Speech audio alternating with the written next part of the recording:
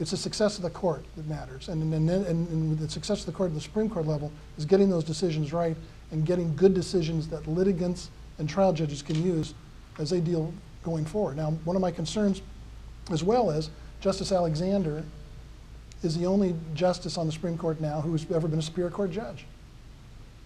And he's slated to retire next year, and then that kind of experience won't be there. And I think that's really important because Superior Court is where the trials happen. That's where you see real people, real litigants, and so on.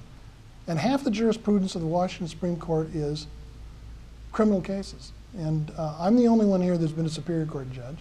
I've had an active criminal practice when private practice, and as a Superior Court judge, I do criminal cases plenty, in addition to the civil work we do. One of my concerns with Mr. Wiggins is he hasn't been near a criminal case in 15 years. And before that, his experience with it was limited. So with that analogy, then, if you were a senator, U.S. senator, you would not vote for Elena Kagan. Is that correct? Well, based on her experience? Yes.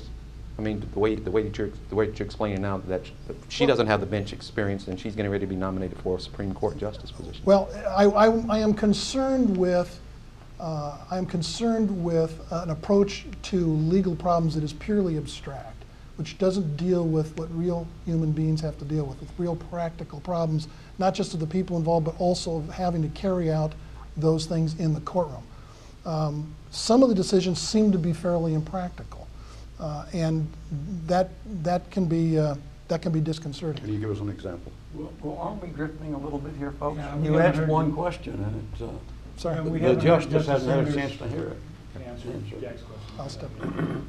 Well, there's 9 people on the state Supreme Court, and I think there's 9 people for a reason, and that is the founding fathers, although there was only 5 then, but the legislature has added to the number over the years, believed that there was strength in diversity on the state Supreme Court, that 9 different viewpoints is better than 8. If we wanted unanimity, if we wanted consensus, we could reduce the size of the court to 1, and then we'd always have unanimity, we'd always have consensus. But that's not what I think is behind this. It's a matter of, and it's not a matter of compromise. You don't compromise principles, you don't compromise the law. You try to ferret out the right result. You might disagree, but the whole system contemplates that there's going to be disagreements about appropriate legal principles, and that this is how we resolve it by majority vote on the court. When I was in private practice, I had a lot of appeals.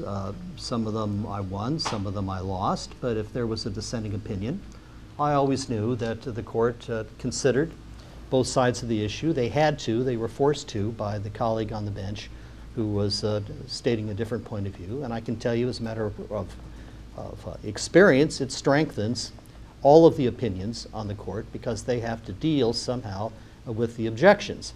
And so we go through many drafts of opinions on the state Supreme Court when they're not unanimous.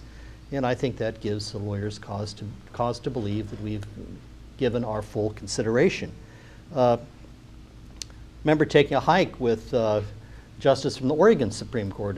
We used to get together every summer. And we were at Glacier National Park. And I said, well, how often are you unanimous down in Oregon? He said, well, we think with one mind in Oregon about 95% of the time. And he said, how about Washington? I said, well, you know, in Washington we all think for ourselves. It's about 50% of the time. So I think that's a strength of the court. When Justice Chambers got on the court, he was talking about building consensus, and I hear the same sentiments reflected here. But he got over that in about 3 months and realized that these legal principles are in principle, are important. They're worth debating. They're worth fighting about. And at the end of the day, if a trial court judge can count up to 5, he knows what the holding of the case is, and we'll move forward. Sometimes dissenting opinions become majority opinions. Brown versus Board of Education was foretold by the dissenting opinion in Plessy versus Ferguson. So, as Justice Frankfurter said, wisdom that comes late is better than wisdom that comes not at all. And your Let me ask you a question, Jack. Well, no, let me finish. Let him answer my question initially. And your competency score is what? Well, I think we do a lot better if there are more Richard Sanders on the court, but I would probably go along with Bryan, maybe at 8. My question goes to the opening statements by your 2 opponents. And specifically, Judge Wiggins has, on the material that he handed out to us here, at the top of it, integrity and impartiality. He uses judicial ethics twice in his brief one-sentence thing. Are you saying that he's unethical, lacks integrity? You clearly said he's impartial. He is not impartial. That's correct. Are you saying the rest of what this seems to me to be implying? I do think that Justice Sanders has crossed the line on ethics, and it's not based on my opinion. It's based on the fact that the Judicial Conduct Commission found him to have violated the canons of judicial conduct. He was admonished. He appealed that. It was upheld by a panel of judges. And that was because he went down to MacNeil Island and, well, just stepping back, sexually violent predators confined at MacNeil Island invited all of the members of the court to come down and talk to them. And 8 of the judges said, don't think we're going to do that because there are cases that are pending. And we don't think that we're going to go down and do field research. We think that evidence comes into court under oath and subject to cross-examination. In fact, Justice Alexander, who was then chief, was quoted in the current issue of Seattle Metropolitan Magazine as having told Justice Sanders, don't do it. Justice Sanders went. And he did, in fact, visit this confinement center for sexually violent predators, and he did, in fact, talk to them. He interviewed them. And although he may have said, gee, I can't talk to you about the cases, the finding of the Judicial Conduct Commission was that he did talk to them about an issue that was pending in cases at the time, the issue of volitional control.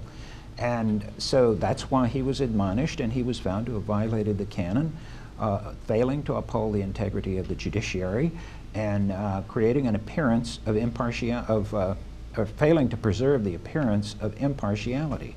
So it's not just my opinion. I think there are other issues there too. I talk in my materials about the Yusufian case, the opinion he wrote in the Public Records Act case a year and a half ago. And by the way, it was a very favorable opinion for me at the time. I had a Public Records Act case pending, which I was seeking public access to public records. We won that.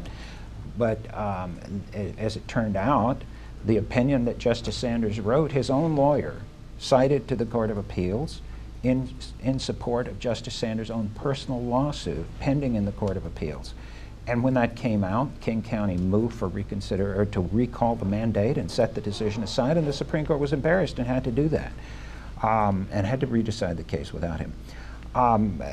So it's not just my opinion, it's really the opinion of the Judicial Conduct Commission.